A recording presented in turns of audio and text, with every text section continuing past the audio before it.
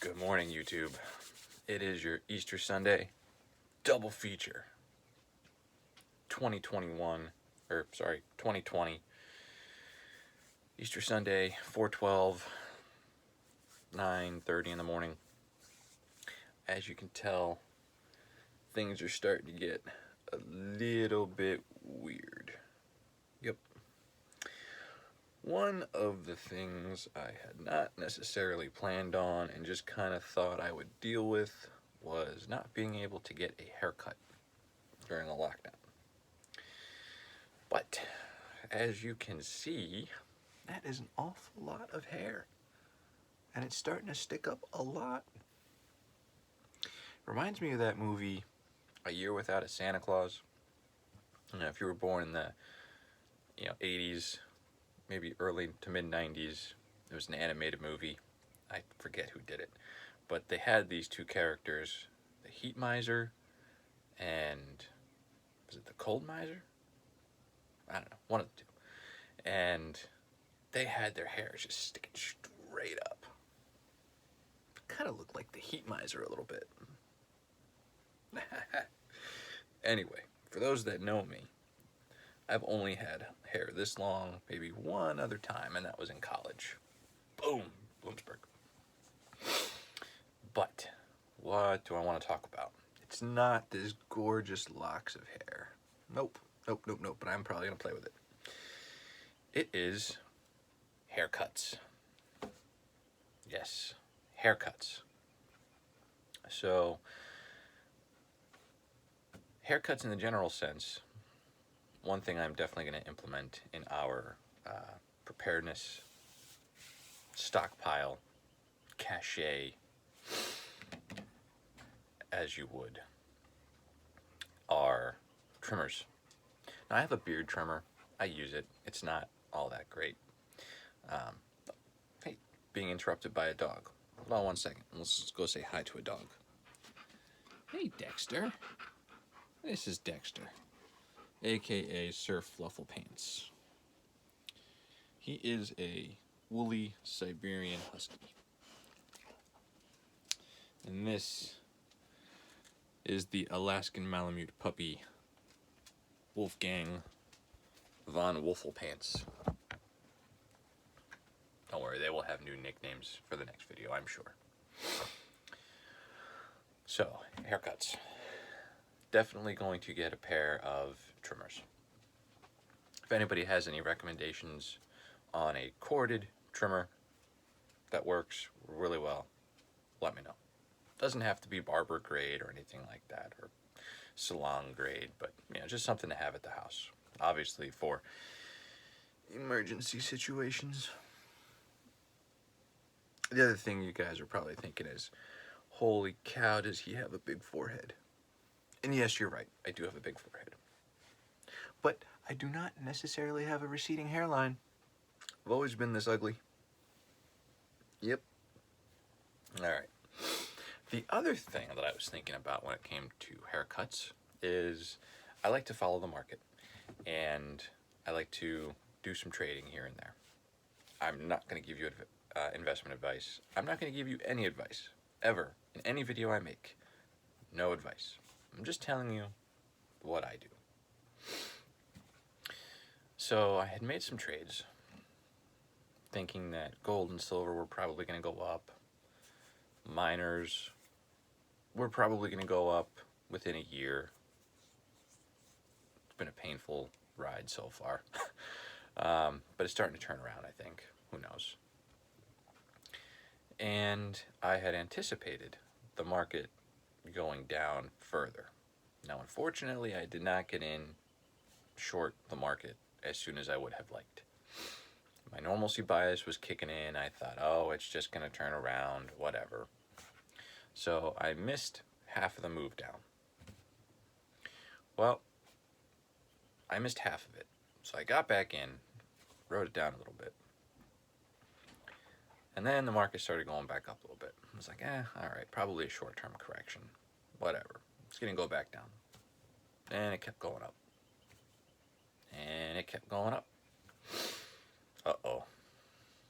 Forgot to set the stop loss. So no stop loss entered.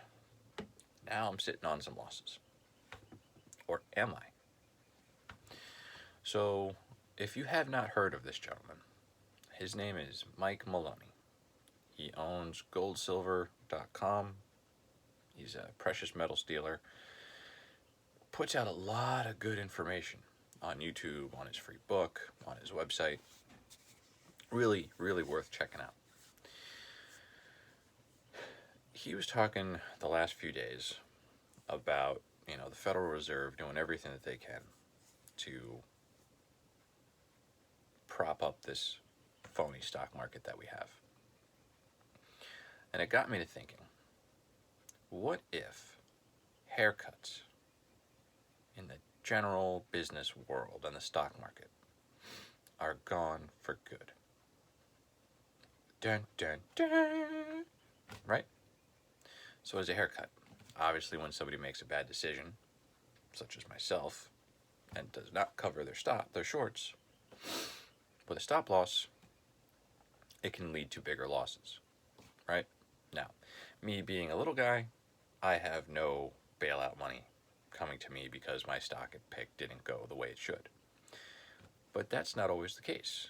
Large corporations, big banks, even some medium banks, they basically have the Federal Reserve to step in and say, we're going to cover your losses.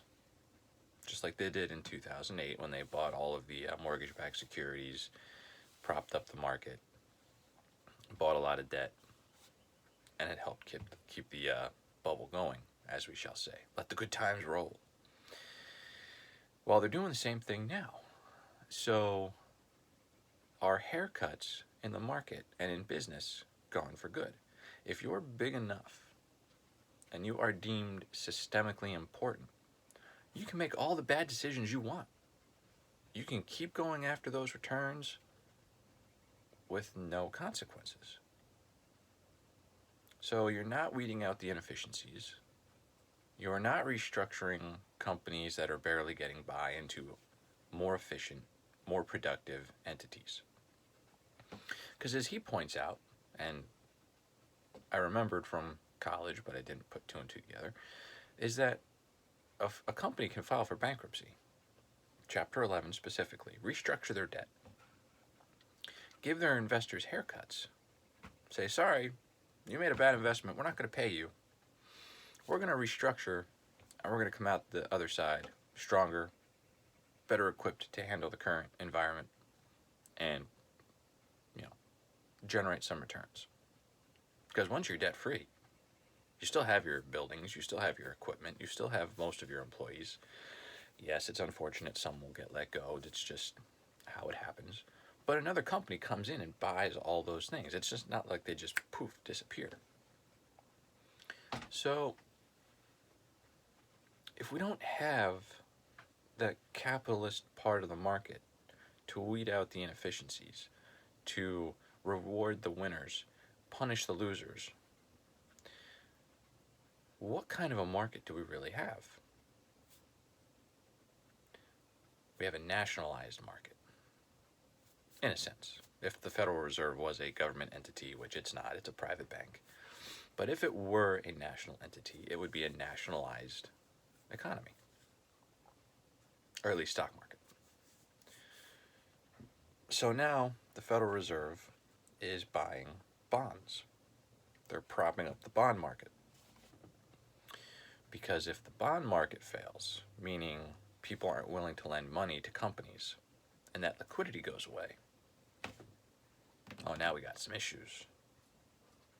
Now that trickles down to everybody.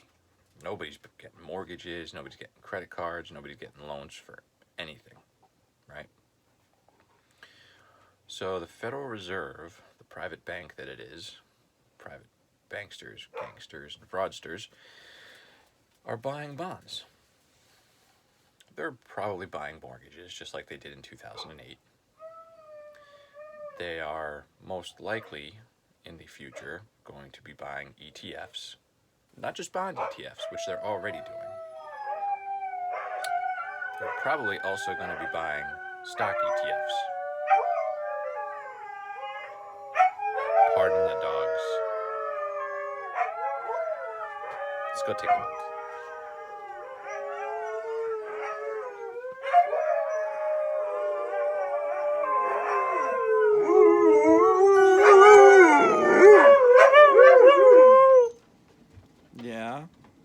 Yeah, puppers.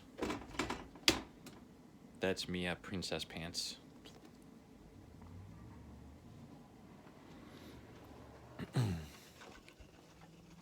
So, quick tour of the house. It's a mess. We're got some exciting news coming.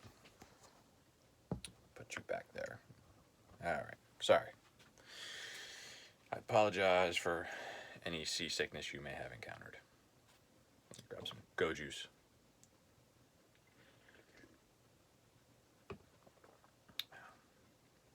So, Federal Reserve is buying bonds, buying bond ETFs, buying probably CDOs, CLOs, whatever other letter investment vehicle is out there. And they're probably going to be buying stock ETFs or stocks in general.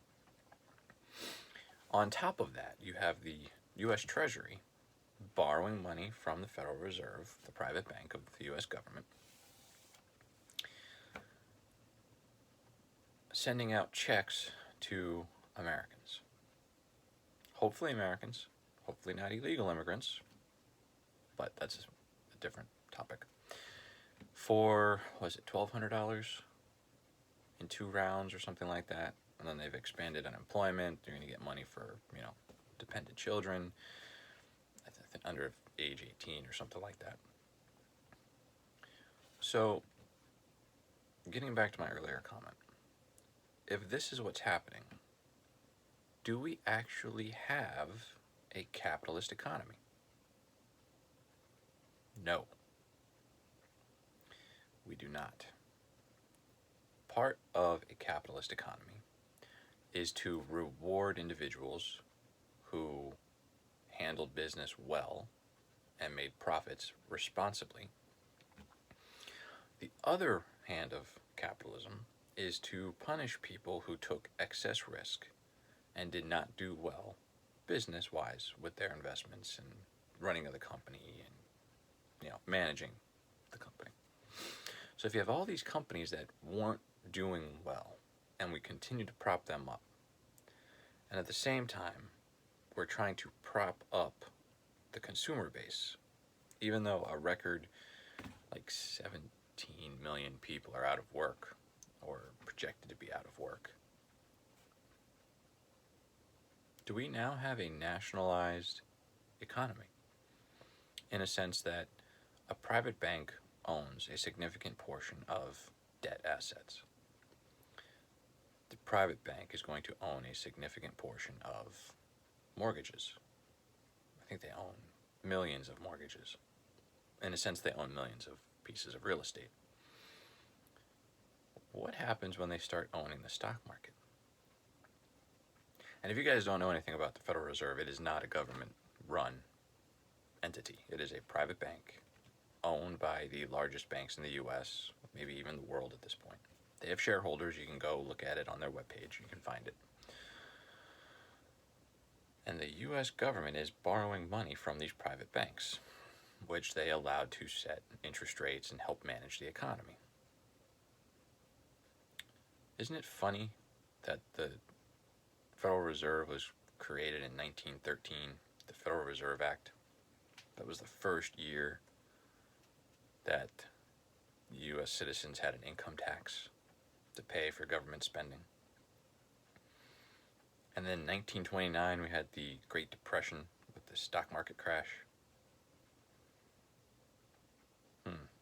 Interesting. So part of their mandate is to stop depressions and recessions from happening. They have not done a very good job because they think that they control the economy. And to a certain point, they can.